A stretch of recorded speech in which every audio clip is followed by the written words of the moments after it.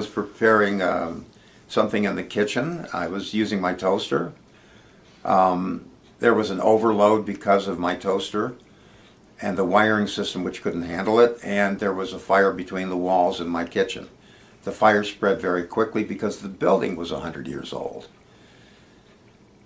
I called the maintenance person. I said, there's smoke coming out of my outlets. He quickly came over and said the place is on fire. It took merely minutes for the fire to spread considerably, and the smoke began to fill up the second floor where I was at, and I went outside. The fire truck showed up, and I had called the GPS people to let them know, and one of the GPS people that responded to my call said,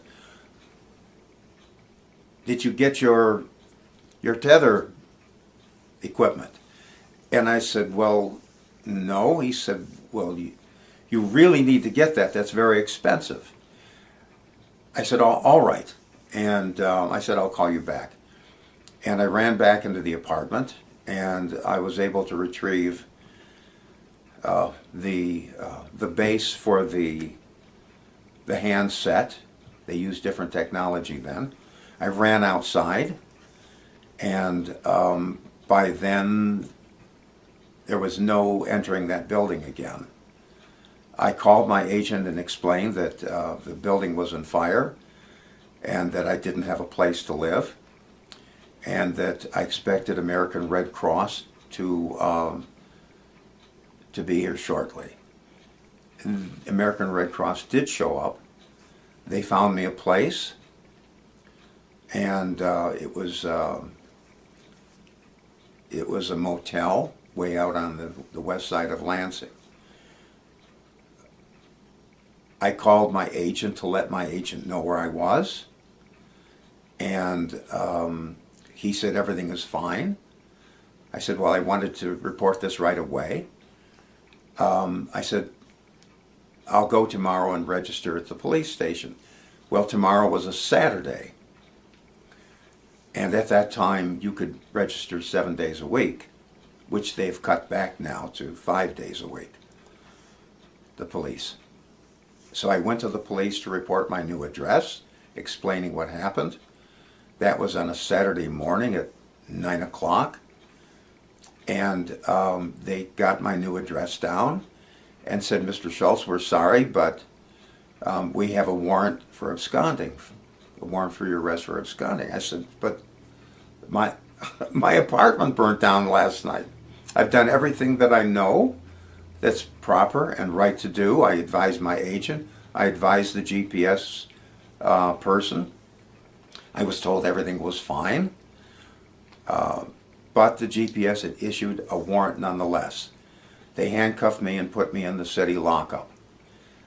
I was fortunate that they allowed me to have a 30-second phone call, and that was about it, because I had enough time to call a lady who was associated with what's called the Change of Heart Ministries, and I told her, I'm in jail. They've locked me up for absconding. My apartment caught fire. I had enough time to say, "Can you help me?" That was it, and the phone clicked off. I was very fortunate that that lady took action right away, and she called other people who called my agent, who was incommunicado,